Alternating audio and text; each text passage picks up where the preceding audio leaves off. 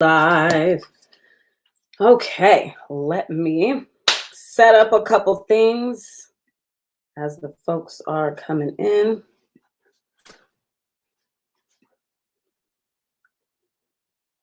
Okay, we are live. Come in. There we go. Okay, all right, so today's topic is, let me put it on the screen, topic, why we stay in dysfunctional relationships and how to stop that cycle. There we go. What up, everybody? Come on in. Live on, hey, John's mom, live from Israel. That's what's up. Well, I am happy you have joined today. I'm sure you'll have a lot to say on this topic since you are wise and learning from wise women. That's what we need to be learning from. Or who we need to be learning from. Okay, so let me make sure I spelled everything right. What up, Facebook? Live on Facebook, live on Instagram. Topic, why we stay in dysfunctional relationships and how to stop that cycle. If you are watching on Facebook, can you let me know if you hear me? Actually, let me go ahead and put these headphones in. Instagram, I know you can hear me because Instagram can always hear me. So,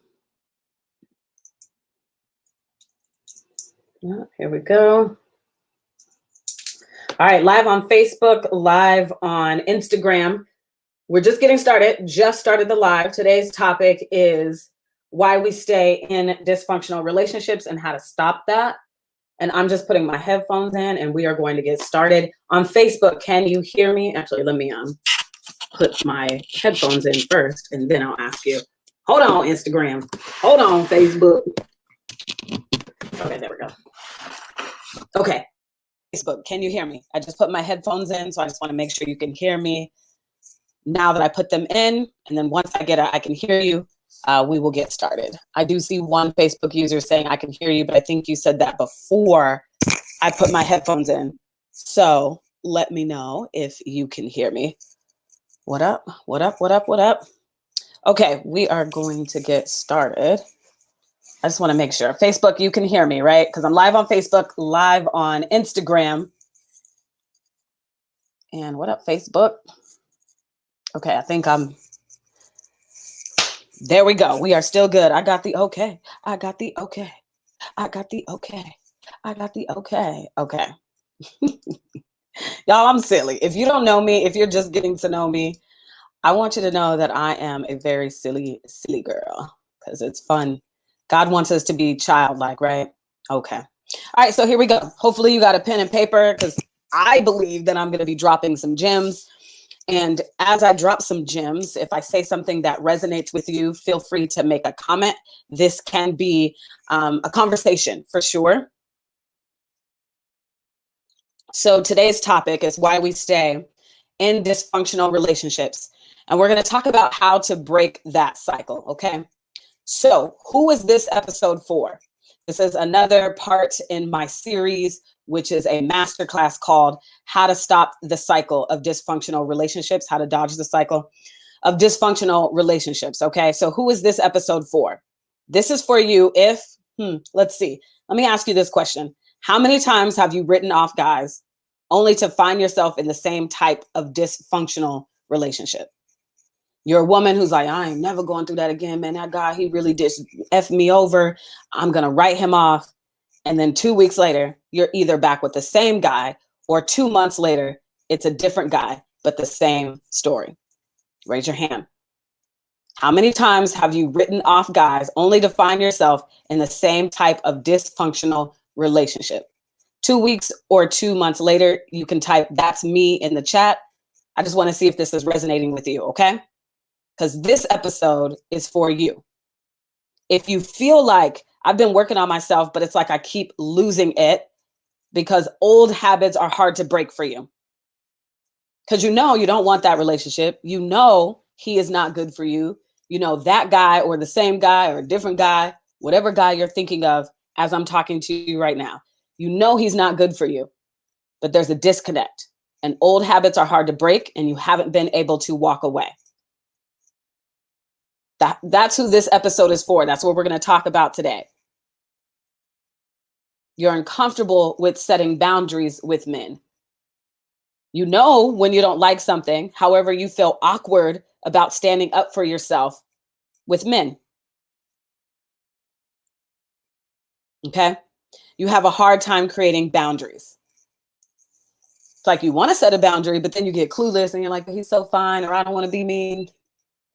So then you actually end up not setting the boundary. You end up breaking every rule for this guy, whether it be the same guy or 2 or 3 different guys, but it's the same type of dysfunctional relationship. Okay. So that's who this episode is for. We're going to talk about why and how to stop that cycle. I'm going to give you a number. This is a big number. I don't even know how many zeros are in this number. Every year, 10 million Americans will experience psychological and or physical abuse. And I am willing to bet the majority of that number is women. 10 million Americans will experience psychological or physical abuse every year. 10 million Americans, that's happening. And I know why. I believe I have at least one of the answers. Okay, but before I tell you why, we are going to go into that today, and we'll be together for about 40 minutes. Hopefully you can stick with me, and hopefully you have a pen and paper. But I know why that number is so high, and I'm going to tell you why. But first, let's talk about who I am. If you're new to me, my name is Rika. Hi. I'm a certified NLP life coach. That's neuro-linguistic programming. Okay.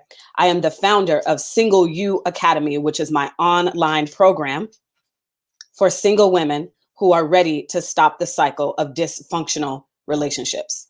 That's Single You Academy. And then I also am the founder of Single You, the podcast, which is available on Apple Podcasts, Google Podcasts, Spotify, and more. I am a Christian. Yes, I'm a daughter of Jesus. I come from a 2-parent household. I graduated from Howard University. And despite all of that, unfortunately, between the years of 2015 and 2017, I was a part of that number, that 10 million I gave you. And listen, I thought I was a smart girl before I landed into 2015, because I had dodged a lot before. But there was this one guy, unfortunately, that I just let walk all over me, that I just let manipulate me. And we're going to go into why, because that's part of the why you also stay in dysfunctional relationships. I know that my story is going to resonate with you if this is already resonating with you. So between 2015 and 2017, I lost my mind. And so let's start at the beginning. You know, in the beginning, when you get with a dude and you're like, oh my God, he's so fine. He's so fine. And you get with him. And then that is the beginning of when the red flags, you start passing them up. Because he's so fine. Like unfortunately, even though he is my abusive ex, that's the name I give him when I'm telling the story of him. That's one of the reasons why I stayed longer than I should have, because it'd be the fine ones, the one that we deem fine, that we allow to treat us like trash. So he was so fine, and I got with him. And the first red flag that I passed up, that I should not have, but I didn't know it then. So Joyce Meyer says that, Joyce Meyer, she's a pastor. I love her. She says that life can only be lived forward and understood backwards. So when I'm talking about what I know now, I didn't know this between the years of 2015 and 2017, which is why I was a part of that 10 million number. So here's the first red flag that I passed up. So I get with him. He's fine. He's saying all the right things, blah, blah, blah, because they know how to say them right things, right? And it was like 2 weeks in, and I remember him saying, like, I think I'm falling in love with you or whatever. Which, by the way, anytime I talk like him, a man, I go like this. Men talk like that to me, especially the ones who are like sneaky and stuff. They be like, yeah, so you know what I'm saying? What's up, huh? Blah, blah, blah. Yeah, so he was like, yeah, man, so I'm feeling like, I'm falling in love with you or whatever. And I literally remember saying, oh, we don't have to say that yet. Because in my mind, 2 weeks in, it was too early. So I say that to him, and let me tell you, this man got so mad at me, so angry and embarrassed, I'm sure, and upset because I did not say, I love you back. 2 weeks of knowing him, and he got upset. But between those years of 2015 and 2017, this is where my mindset was. I was like, oh, that is so cute. That means he really loves me because he's upset because I won't say I love him. Oh my God, he's so silly.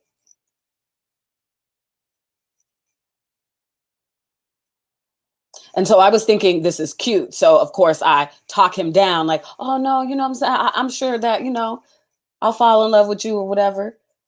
Like trying to smooth it over with this crybaby, with this man who was actually showing me who he was.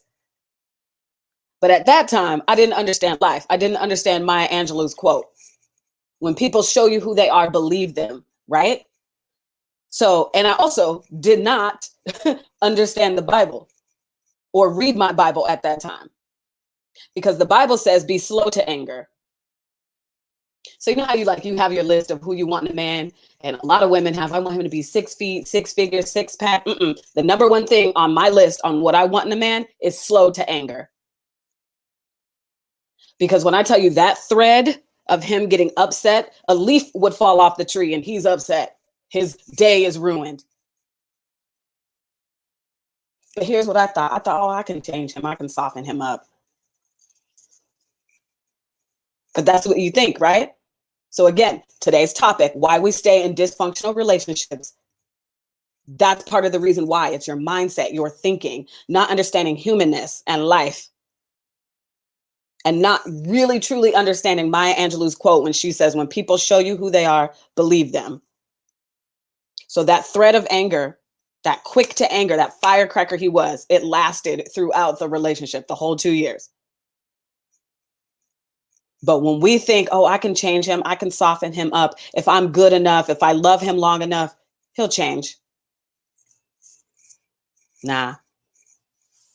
So here's another thing that happened in that relationship. So of course, I smoothed that over, whatever. So we're dating still. And because remember, I told you from 2015 to 2017, I was part of that number, that 10 million number. If you're just tuning in, I want you to know that 10 million Americans, unfortunately, will experience psychological or physical abuse every year. That's 10 million every year. And I'm willing to bet the majority of that number is women. And I know why. This is what we're talking about. So another thing that he was uncomfortable with, and a thread throughout our whole relationship, is that I was sneaky and I was a cheater and I was a liar. Mind you, I ain't never cheated on nobody in my life. But there was so much gaslighting going on in that relationship, I began to question myself. Well, maybe I am a little, because I do have male friends. Is that okay? Is that not okay? I don't know. Huh? Like I let him set the rules of the relationship. So the moment he asked me, he literally had an issue with me having male friends. And at one point in the relationship, he asked, made me call my friend Scott and tell my friend that we can no longer be friends. Don't call me no more. Because my boyfriend, he's uncomfortable. That was me. I did it. Because I thought at that time, my mindset was he gets to set the rules of the relationship. Maybe he knows something I don't know. And I have to prove my love to him. So let me go ahead and call him, my friend Scott, and tell him we can't be friends no more. Again, this is why we stay in dysfunctional relationships. I'm just being vulnerable and I'm telling you the truth. Tell the truth, shame the devil. And I can't be in my line of work and not tell you the truth of what I went through. And trust me, it was a long journey to forgive the woman that I was in that relationship because I wasn't the woman who I thought I was. Because a lot of us walk around here act like, oh yeah, I'm independent. I got it together. Ain't no man about to do this to me. Woo, woo, woo. And then the next day you find yourself in the same mess, the same cycle. It can be one guy, or it could be two different guys, three different guys, but it's this dysfunction of mess because it's your mindset. Because unfortunately, you want to know another reason why we stay in dysfunctional relationships? Because who sat you down and had a conversation with you about what makes a healthy relationship versus an unhealthy relationship? Who sat you down and said, okay, this is healthy hard, and this is actually manipulation, abuse, narcissism, projection, love bombing? These are the conversations we're not having. So now we're out here dating because we think that's what people do and I have to get married. So, and then we're in mess because nobody actually defined that for us, helped us walk through that. So here I am, bypassing the red flag of this man getting angry quick. Here I am, bypassing a red flag of this man wanting me to cut off friends because I had to prove my love to him. Well, if you really love me, you know what I'm saying? You could just like, I mean, why you need male friends? You got me. That was to the girl I used to be. But shout out to her because she got me here. And here's another thing. So again, this thread throughout our whole relationship is happening. And there was a lot. I want you to know that I was extremely confused, but I was trying to make it work. I was trying, now that I know better, in retrospect, I was trying to fit a square peg in a round hole. But the problem is because nobody has these conversations with us about what makes a healthy relationship versus an unhealthy relationship, we think we can change him. This is why we stay. Oh, if I can just love him enough, stick around long enough, be the ride or die, he'll change. He'll be the man that I finally want. Will he? Mm-mm. We have to learn how to leave the changing of people up to God. We're not God. And that's part of our issue as women. Yes, we're nurturers, and our ego tells us like, well, I'm a good woman, so he should treat me like a good woman. But that's not how any of this works. He has to want to do that and actually be a good man of good character. All right, so here's another thing. Let me be vulnerable again and tell you another thing this abusive ex did to me, made me do whatever. And I use the word made loosely because nobody can make you do anything. It is a choice that I made to stay in this relationship, trying to prove that I was worthy of his love, prove that I wasn't a cheater, prove that I was a good woman, so he could just love me the way I needed and wanted to be loved. So when I'm using the word made, he made me do it, just know that that's the word we have. Because he didn't make me do anything. I did it. And you learn that when you grow and you go through healing. So I used to do the morning show where I live right now on a station here. I was the morning show host for 7, almost 8 years. And I remember one time we had a topic as I was dating this guy between the years of 2015 and 2017. The topic was, we had a girl call in and she said, hey, I have this jewelry. My ex-boyfriend got me. My current boyfriend thinks that I should get rid of it. Do I have to? And I was like, girl, no, you ain't got to get rid of that stuff. I still got some Michael Kors purses. My ex-boyfriend got me, and I'm in a relationship now. Now, because I was dating a man who was extremely insecure, my phone started blowing up because he listened and he watched my every move, and he began to tell me how embarrassed he was and how disrespectful I was, and I was hiding from him, and see that I knew you were sneaky. I knew you were a liar because how dare you have a purse that a man gave you before me? This is what happens when we date men who are insecure and who don't love themselves. As TD Jake says, he never met a man that liked himself that beat his wife. Because when he is healed and he loves himself and he likes himself, he ain't going to abuse you. He knows that he cannot take his traumas out on you. We've all been through some stuff. And you are not responsible for what happened to you before you were 18. But once you are 18, you are responsible to fix it, to get some healing, to go on that journey. And because he had never did that, he was taking his traumas. He was processing what he went through as a child. He was taking that out on me. And again, at the time, I didn't know that, because these are the things, like I said earlier, they don't talk to us about. Who is they? Our parents. Think about what you learned about relationships through your parents. What did they or did they not tell you? Through society, what did they or did not? What did they or what they did not show you? How did you learn about relationships? You don't go to school for it. So how do you know the difference between healthy hard versus dysfunctional, abusive, narcissistic? Who had that conversation with you? And that's a rhetorical question, because I know you're going to say nobody. Nobody. These things are not important. We have to go to school to learn about the history of this country that ain't even really the history of this country, because they hide a lot of stuff. We have to go to school to get our driver's license. You have to do an onboarding session when you get a new job.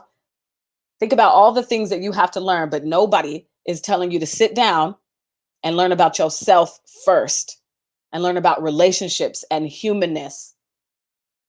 So he's upset that I have these purses, and guess what? You know what he asked me. You know what he asked me. I mean, I'm just saying, like, I feel disrespected because you didn't tell me that you had stuff and ex gave you. Like, I was supposed to walk around my whole house and be like, okay, I got this from my cousin. My ex-boyfriend gave me this. My mama gave me this. Oh, another ex gave me this, blah, blah, blah. And so, you know what I'm saying? Like, I feel like if you love me, you just get rid of them. So the Rika, between the years of 2015 and 2017, in that thought process, I have to make this relationship work because I have to be married and have kids, because that's the goal in life. I got rid of those purses because I didn't know what love was. I didn't know what love, I thought I had to prove my love to people, to him specifically in that relationship. I didn't know what love was.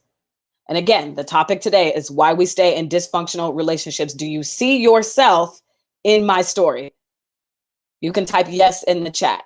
Let me know if this is resonating with you, or am I just talking to myself? So I got rid of those purses. I'm so sad. It was a cute little red. It was a little bad. It was so cute. I don't know where that purse is today. I gave it to Goodwill in Kent, Washington. That was like 5 years ago. Somebody got a cute little Michael Kors purse, and then I had like a brown Mac bag for my computer, and got rid of it because I thought I had to prove my love to him. Because this is what society teaches, especially if you go up in the church, right? So I'm a Christian, and they love to tell you, well, it's not good for man to be alone, and you need to be fruitful and multiply. And if you and they say those things, and then they don't sit you down and actually let you know what they mean. And then unfortunately, I wasn't really reading my Bible back then. And so I was just like, oh my God, it's not good for man to be alone. So therefore, if I'm single, I'm not good. Therefore, Jesus, God is mad at me because I didn't do the job he sent me here for, which was to be fruitful and multiply, which is a lie straight from hell. But that's how the devil gets us. We hear these messages, and then nobody actually breaks it down for us. And so we're like, oh my God, the goal in life for a woman is to get married and have kids. There's nothing else you can provide of substance on this earth but that. I had somebody in my DMs today, and she called it the pressures of couple culture. And I died laughing because I was like, I've never heard that term, but that's so true. There's so much pressure for us by the time we're 12. So where your man at? Where your kids at? The number one question, number one and number two. Y'all can order them for me if you want to. What is one and number two? When you go to the family barbecue, it's either where your man at or when you having kids. Or if you already have a kid, when you having another one. I just be like, now, the woman I am today, like, can we talk about my healing, my business? I need some money for my business. You want to donate? I don't even allow people to ask me those questions no more. Plus, my family already know. Don't ask Rika. If he come, he come. Because I'm not playing that game anymore. Because again, the number that I gave you earlier, over 10 million Americans every year experience physical or emotional abuse. And this is why. Because we're not having the right conversations. We're not learning the right stuff. So you're out here just like, well, I'm supposed to date, supposed to get married. So, and then you're in this hamster wheel of dysfunction. Is this love? Is this not love? What am I doing? Hey, Cheryl. I also see somebody said, I'm listening, sis. It says Facebook user. I can't see your name, just so you know. Because if you want me to see your name, you have to go where this video is in the description, and it'll say give Rika permission on StreamYard to see your name if you want me to see your name. Otherwise, I'll just call you Facebook user. Okay. All right. I'm gonna tell you one more story about that ex, that abusive ex. I'll tell you one more story because there was a lot that went on in the 2 years, and these are like the stories that I definitely remember and that I know will resonate with you. Because I believe that's what a lot of us women are doing. We're trying to prove our love. We think if I'm a good enough woman or I'm a good woman, therefore he will change for me and be this man that I want him to be. When the reality is he is who he is, not who you want him to be. And that's everybody. Kids, people, family, mother, dad, but especially a man that you're dating. He is who he is, not who you want him to be. So, okay, number two, I think it was like number four, the fourth story or whatever. So he was a security guard at a bar in Atlanta, and I'm from Seattle, and I would visit him in Atlanta all the time. Of course, I paid for everything because he didn't really have a real job. And I thought at that time, oh, I'm gonna be a cute little girlfriend. I'm gonna go to his job. I'm gonna hang out with him. I'm gonna support him. Yay. Plus, also, I was not visiting my best friends that I have in Atlanta at that time because I was embarrassed about the relationship that I was in. I didn't know that then. But looking back and having to do a lot of healing, that's what my behavior was showcasing, because I have best friends in Atlanta and I would never call them when I would go to visit him.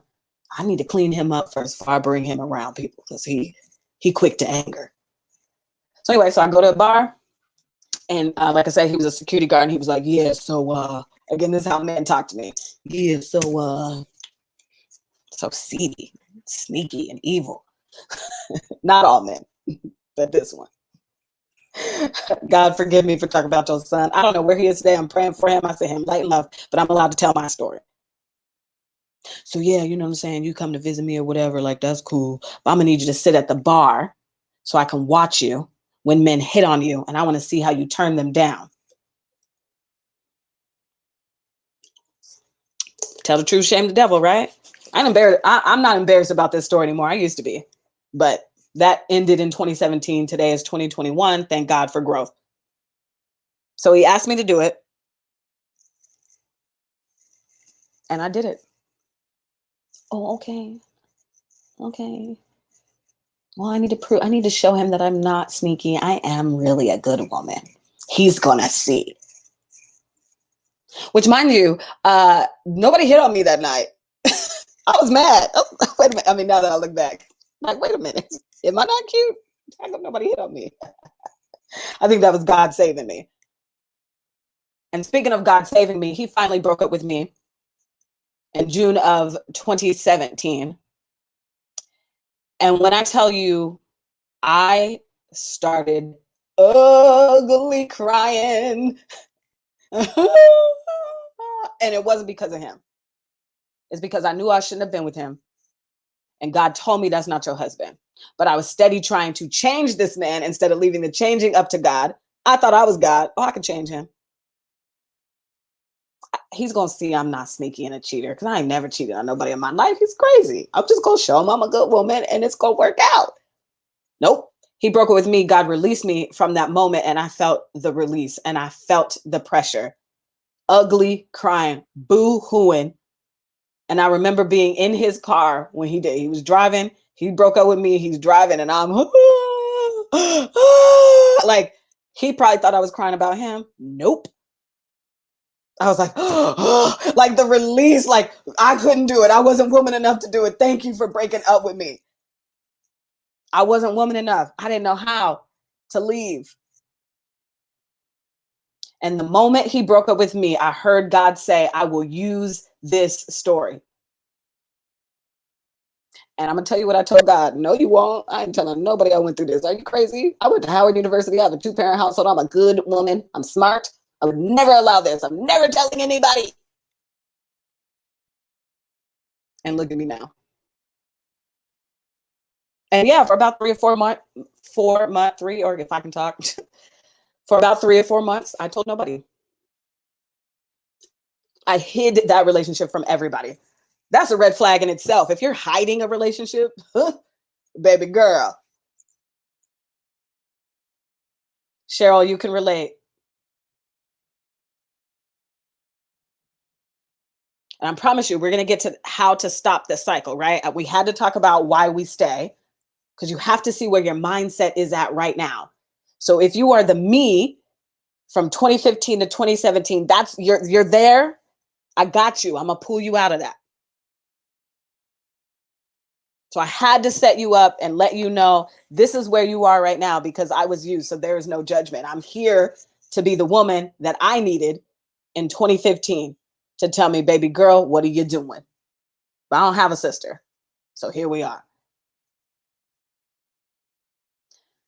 He broke up with me. I come back to where I live and I was like, all right, I ain't telling nobody this conversation. And even though God was steady talking to me, but I'm like, I ain't gonna tell nobody this situation. Mind you, I'm a radio personality and I had to tap dance and entertain people and talk about the Kardashians and not tell a soul. That was so hard to get up every morning and act like I was happy. During commercial break, I would go in the bathroom and cry. And I was like, okay. The only person who knew was my co-host at the time. And I was going through it, embarrassed about what I went through. Why would I allow myself to do that? Why would he treat me this way? Why? Which is good questions to be asking yourself.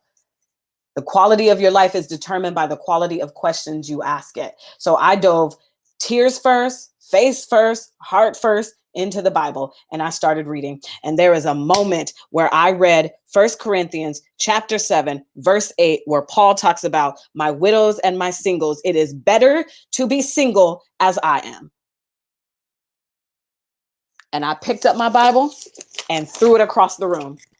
I threw it because I was angry. Because I said, nobody in the church told me that. Because the hum of the church makes you feel like you have to be married. You have to have kids. You are a better Christian woman if you get married and have kids. That is the hum of the church. That is the messaging that we are getting.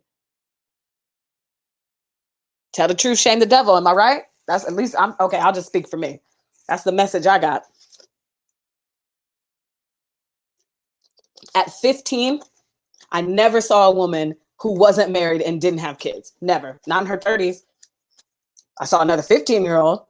But at 15, when you're looking at a 30-year-old and everybody who's 30, 40, 50 are married and have kids, you think, oh, okay, that's what I'm supposed to do. Cool. I can do that. Cool. Cool. With no conversations around what makes a healthy relationship versus an unhealthy relationship. What?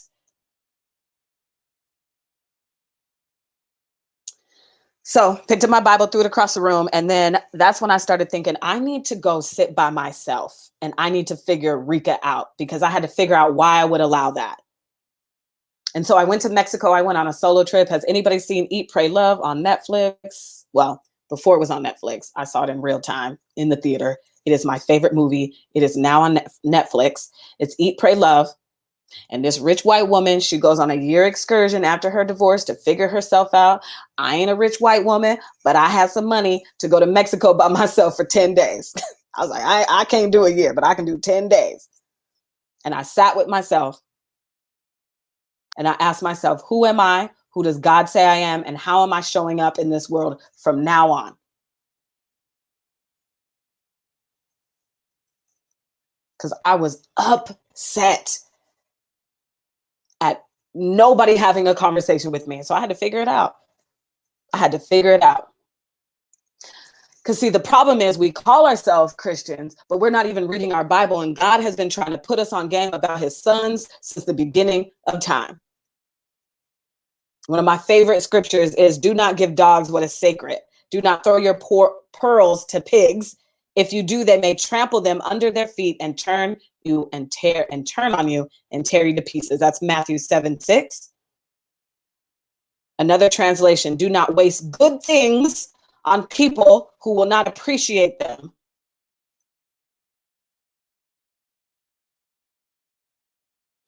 God is putting us on game. He did because studying. We're not studying who we are, which means we don't understand ourselves. We don't understand relationships. We stay with men because we feel bad. We feel like we can change him. We feel like I'm good enough. If I'm good enough to him, if I love him enough, he will become a good man. We make excuses after excuse for him. Well, he's this way because he had a bad childhood. His parents got divorced. He don't know his dad, blah, blah, blah, blah, blah. And you coming in trying to lick his wounds while he's stabbing you in the back. At the same time, you licking his wounds. He giving you wounds. We make excuses for ourselves. Well, I don't want another baby daddy, so I need to stay with the father of my kids, even though he treated me like trash. But I don't want to have two baby daddies. How's that working out for you? So again, I ask you, who had a conversation with you about what makes a healthy relationship versus an unhealthy relationship? Kimberly, I'm going to get to that. I got you, girl. That's where we're going. That's where we hit it. Kimberly asked, for those of you who don't see on Instagram, how and where are these men learning these behaviors? Well, we're going to get to how you can change. Men are learning these behaviors because how are you learning these behaviors to stay in this trash? The same answer. Nobody's having conversations with them about what makes a healthy relationship versus an unhealthy relationship. Look what's out there in society about what makes a man. That's why we have all this toxic masculinity, especially if you grew up in the 90s and love hip hop. But it's not about them. It's about you. And why would you allow that? So that's where we're going to get to, how you can stop that. It's not about changing the men. That's not my job. If men never change, that I don't care. I will just be single forever.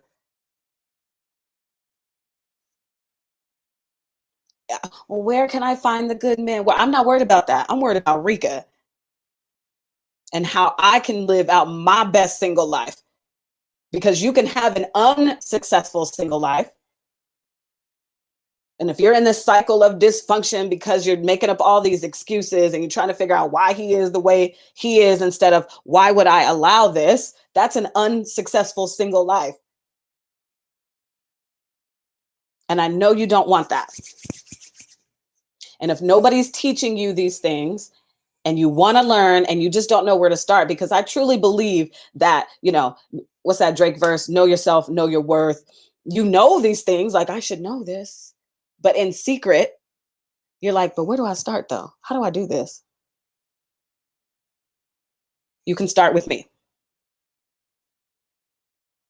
And what I teach inside of Single You Academy, which is my 4 pillars to living a successful single life.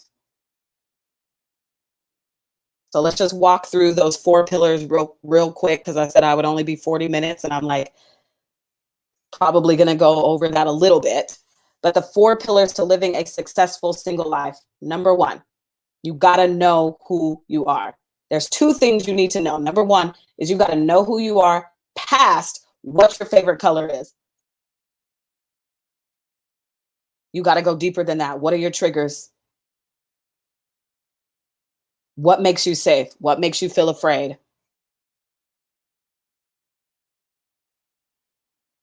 You have to know who you are, because if you don't know who you are, society and men will tell you. My abusive ex had a wonderful time letting me know who I was, calling me everything but a child of God. And I was like, oh, well, I guess he gets to tell me maybe I am coming off like that. He's my mirror. So, because unless you're looking in a mirror, you can't see yourself. So then you let men and society tell you who you are. They're your mirror. That's dangerous. That is dangerous. Cheryl, breaking attachment is where you struggle. Don't worry, girl, I got you. We learn all of that inside of Single You Academy. So again, so that's pillar number one. The two things you need to know. Number one, who are you? You got to know who you are. Number two, you have to know what you want and how to get it. Because here's the thing, you know what you want. If I was like, Sel, Cheryl, Kimberly, Bobby, do you want a healthy relationship or an unhealthy relationship? Do you want a loving relationship or a dysfunctional, toxic ass, abusive relationship? Which one would you choose? Of course you would say healthy. Of course you would say loving. You just don't know how to get it. Because again, who had the conversation with you about what makes a healthy relationship versus an unhealthy relationship? Married people love saying, oh my God, marriage is hard. But what does that mean? What is healthy hard versus dysfunction? Plus, consider the source. Because there's a lot of married people who are in dysfunctional relationships. It's not like they got married and then everything is blissful. Nope. Just because they're married doesn't mean they're happy. Consider the source. So that's two things you need to know. You got to know who you are deeper than your favorite color. You got to know what you want and how to get it. And there's two behaviors you have to embody. The first behavior, you have to have the audacity to believe that you can get exactly what you want. You have to have that audacity, because people in this society are going to tell you, you can't have that, you too picky. What you talking about? But again, consider the source, because misery loves company. For example, I don't have kids. And I will never again, well, let me not say never, because God's will. I want God's will over anything, but I do not believe it is God's will for me to date a man with kids. My abusive ex had a kid. I dated other men with kids. I just don't want to do that. And it has everything to do with me and who I am. I'm not equipped to be a stepmom. I'm not. It's not about judging him and his character, but society will tell you, why are you judging him? You too picky. I ain't say nothing about that man's character. I just said I don't want to date a man with kids. That's all I said. And then everybody's like, oh my God, that's terrible. You're too picky. I can't believe you would say that. You're not going to find a man without kids. How you know? You met every man on this planet? But before, I would let people sway my, yeah, you're right. I'm probably too picky. That's mean. I shouldn't judge people. There's a difference between judgment and discernment. There's a book out there called Girl, Wash Your Face. I want to write a book called Girl, Read Your Bible. Because there's a difference. If you did, you would know the difference between judgment and discernment. I have discerned I'm not equipped to be a stepmom. I'm not. At this time in my life, I don't feel like that's God's will on my life. So that's what I mean by you have to have the audacity to believe that you can get it. And then number 4, whoo, we bad at this. We bad at this. The patience to wait for it. What do I mean by patient? Who said that you had to be married by 25? Where is that rule? Where is it written? But once we hit 25 and a half and we're not married, we're like, oh, my life is over. I suck. Nobody likes me. What's the story you're telling yourself about your singleness? Bobby, I love you, girl. We're going to work together. I'm talking about Single You Academy. So these are the 4 pillars that I help you with. I walk you through inside of Single You Academy. Know who you are, know what you want and how to get it. Have the audacity to believe that you can get it and the patience to wait for it. There's a lot of earned learning that happens in Single You Academy, because Paul, 1 Corinthians chapter 7, verse 8, to my widows and singles, it is better to be single as I am. Why did he say that? because God did not send you on this planet to be married to somebody's son. That is not his purpose for your life. It is icing on the cake. And marriage is beauty. Hear me correctly. There is beauty in marriage, but there is beauty in singleness. It's equally. It is equal. In God's eyes, it is equal. That is not the thing that makes you whole. Your purpose makes you whole. So if you feel like there's something missing, it's because you don't know your purpose. And not everybody is sent here to be Lady Gaga and Oprah. I'm not talking about being rich. I'm talking about your purpose. Who are you helping on this planet? Remember, I told you earlier in my story that God told me he would use my story. I have now found my purpose. Therefore, I have no more moments of loneliness. If God wants to provide me a husband later in life, great, awesome. I will openly accept that. And I pray about that. God, don't let me miss my blessing. If you have a blessing for me in a man form, sure. But I am no longer seeking or searching for that. He will come on God's time. While I'm out here in these streets, I got my little vaccination. I'm out in these streets come 3 weeks from now because it's my birthday, June 29th, and I'm out here. So if I meet him at the airport, great. But guess what? If I hit 75 and I never got married, I will not be sad because I know my purpose now. And my purpose is to dismantle the thought process that you have about your singleness being a punishment. Singleness is not a punishment. You are worthy regardless of your relationship status. Period. Dot. That's a period with a T.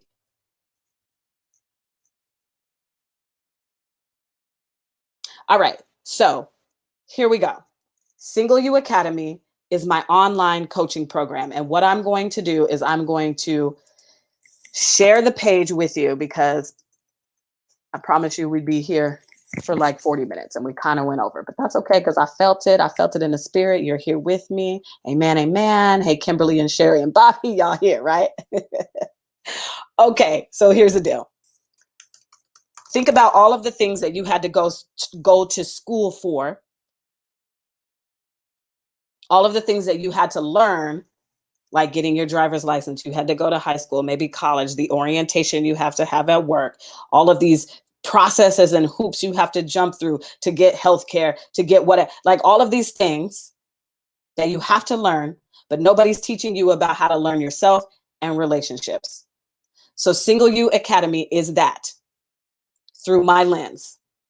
It is an online intensive 16-week program. It's a group program focused on your growth for the, if I could say professional, for the professional single woman in her 30s and 40s who wants to stop, excuse me, the cycle of dysfunctional relationships with men. Or maybe it's that one guy you're thinking of right now. Like, I know that this relationship is trash. Why am I still here? If you want to break that cycle of dysfunction, you want to break that cycle of attachment without the overwhelm of feeling mean for saying no, for setting a boundary, because it is in your boundaries where you show yourself that you love yourself. Most of my clients are professional single moms, and that makes sense. But I'm here for any single woman who is ready to discover her worth. If you're ready to learn how to set clear boundaries and you want to stop tying your identity to men, I got you. Single You Academy, the doors are open right now. They close June 4th. There is an application process. You apply. And if I approve your application, we get on a call. We talk about Single You Academy, and then you make the decision if this coaching client relationship should start. So this is about your decision. I'm not here to pressure you into do anything that you don't want to do. But if you are like, I feel like I know my worth, maybe I don't, but people treat me like trash. I know I'm supposed to know my worth, but where do I start? Where do I start with breaking these mental and emotional attachments? Where do I stop the cycle of dysfunctional relationships? You start with me. And how I know that it works is, well, not only did I do it on myself, I also have clients, and I'm going to share with you some testimonials. I want you to meet. Now, listen, when I share testimonials, I change people's names, just so you know, because you can see how this is confidential. And so I want you to meet her. And for Instagram, I'll just have to read it for you. I date the same type of men because, like you said, it's like I'm happy that they choose me. So it's like, oh, you chose me. Okay. So I'm going to sacrifice what I know I don't want just because he chose me. My last boyfriend, I'm getting ahead of myself. My last boyfriend, we were together for 7 years. We did well together for a while, or so I thought, but he never wanted the commitment and I never saw it. He kept stringing me along. I feel like I do all of these things. I'm this good woman, so why not me? That's what we were talking about. I'm a good woman, so I should get da da da. You're not going to get what you want if you don't know how to get it, especially if you don't know how to set boundaries. So this is when I first met her, before she became my client. And then we worked together. And now she was able to say, Rika, guess what? I was able to stick up for myself after a man tried to put me on timeout like I was a kid. I was very blunt and very clear. I've never been that person before Single You Academy. I used to not want to get a man too upset because I still wanted him to be around. How many of you can say that was you in relationships? Well, I don't want to say nothing because I don't want to get him upset because I'm afraid he'll leave me. And oh my God, God forbid I be single. She goes on to say, I felt so good. I sent him that text message and I read it like 1,000 times. And I was like, I can't believe I did that. Because I always hold on. In the past, I know what I felt, but I just didn't want to be in the wrong or for him to say. But this time I decided, okay, well, you know what? I'm going to just take the loss. I'll take the L. Okay, on Instagram, I'm back. Somebody tried to call me. We good? Okay. So this is a transformation that I got out of this client. And let's talk about Sarah. So I'm going to play this audio for you. Why did you join Single You?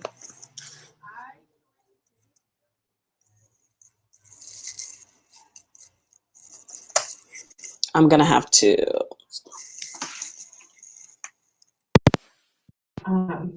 I want to be loved, and I didn't know how. And it was also my issues. And Rika actually helped me figure out how to deal with my issues, how to set boundaries, raise my standards, and not settle for anything less than that. And now I'm happy person by myself, just raising my son. So yeah, Yay. I needed help, and she was there. Yeah. So would you tell someone watching right now who was you 8 months ago to join Single You? Heck yes. Yeah. I expected this to be a long journey to figure out who I am, my self-worth, what I wanted. And 6, 7, 8 months into it, I was like, holy crap, here I am. I got it. I still use my skills that I learned through Single You every single day. Yeah. And I love that. I still grow as a person every single day, even though I'm not in Single You. Yeah.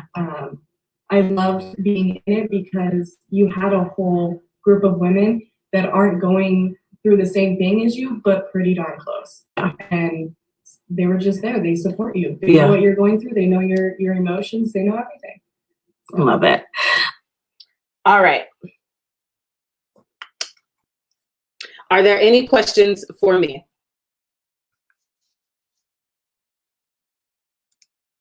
Let me close that out. All right, I'm going to share one more with you from a client where she said, okay, so superficially, when a person hears Single You Academy, people were looking at me like, and when she says people, this is her talking to her friends, like, I got a coach, I hired this coach, I'm working with her, we're working on these things, and people would tell her, I could have taught you that. Why you pay that for that? And she goes, oh, no, you couldn't, because you weren't going to push me to the level of SYA, by which literally doors started unlocking and helping me to have the strength to walk through. Single You Academy is definitely helpful, and it was worth every penny. It truly was. Because here's the deal. Your friends, you have friends, and you've told them the things that you've gone through, maybe not in detail, but the cycle of dysfunction is still happening. So how are they actually helping you? Because people can only help you at the level of their understanding. And they're probably going through the same thing you're going through. So you can tell your friends all you want to, but is it, just ask yourself, Is it really truly helping you break emotional and mental attachments? Is it really helping you stop the cycle of dysfunctional relationships? And I'm not saying anything about your friendship with them. They can be great friends. But if you want to learn how to be a doctor, you're not going to ask your friend, how do I do surgery? You're going to go to school for it. And that's on Mary Had a Little Lamb. Exactly. Exactly. Exactly. I love that. Kimberly, I like you. You funny. All right. So if Single You Academy is piquing your interest and you want to apply to see if we'll work well together, type I'm in the chat, in the comment. So Cheryl, Kimberly, if you're in, type I'm in the comments. And you're not signing up for anything yet. You're just saying I'm in, and then you'll go through the application process. If you are watching on Instagram, you'll have to send me a DM. So Bobby, send me a DM and we can start the application process. Doors close on June 4th and I only have 10 spots because I like to keep my group small just so I can, it's hard to do 30 women at the same time. Doors close June 4th. So if you want to start your application process now, let's get to it. I am actually going to put this link in the chat as well. So if you put I'm in the chat, I want you to go to this link. I'm typing it right now.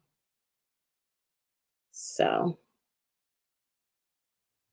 what's up, CT? Shout out to the Yanni Steve and Walla Walla. Shout out to you. Okay, so Cheryl, go to that link. Let me know if you see the link. If you don't see it, I'll DM it to you as well. And I'll still DM you anyway after this live is over. But if you are in, send me a DM or you can type I'm in the chat. And then on Instagram, you'll have to DM me because once the live is over, I won't be able to see your comment anymore. So, oh, you'll get them before June 4th, girl. We'll actually wait, Heaven. I feel like Heaven, you already applied, or was there another Heaven? No, I think that was you. So once you apply, then you're prompted to schedule a call. And so I think our call's on the 22nd, right, Heaven? Here's the thing. If you were not approved, I would have canceled the call. So you're good, girl. We just have to get on our call and still make sure like this is what you want. It'll be up to you and then we'll go from there. But that's a great question. So when you go to the website, it'll prompt you to apply and then it'll give, after you send in your application, it'll say, okay, book your Zoom call with Rika, which is me, obviously.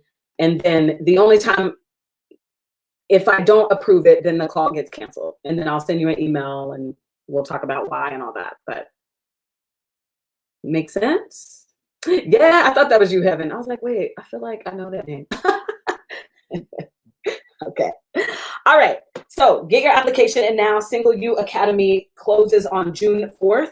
And I have a very hard close date. I don't play that game because I have to get started with my new group and get them their welcome package and orientation and all of that. So, okay. Any questions for me before I hop off? Yep, me too, Heaven. I can't wait. I'm so excited. I'm so excited. And I already read your application and everything, so I know I can help you. So now it'll just be up to you. So I love that. Yay. Okay. Any questions before I hop off? Because in fact, I do actually have a call after this with an applicant for Single You Academy. So like I said, I only have 10 spots. Doors close June 4th. And I put the link in the comments. If you have any questions, Cheryl, do you have any questions for me? And you're so welcome.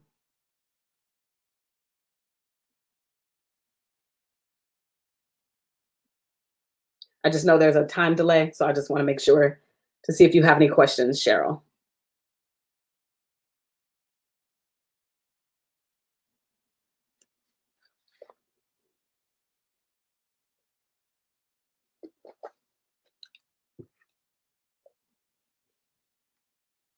Okay, perfect. Yay, Cheryl. Woo! Apply and we'll go from there. Thank you so much for watching. If you are watching this in the replay, as long as it's before June 4th, you can still type I'm in the comments. I will see them. I still get the notification, and I try to get back to as many people as I can, being a one person. So just bear with me with time frames and all of that. So if you are watching the replay, as long as it's before June 4th, go ahead and comment. Thank you for watching. You have a great rest of your Tuesday. Talk to you later, okay? Yes, Kimberly. And let me know if you're in, Kimberly, okay? Have a great day.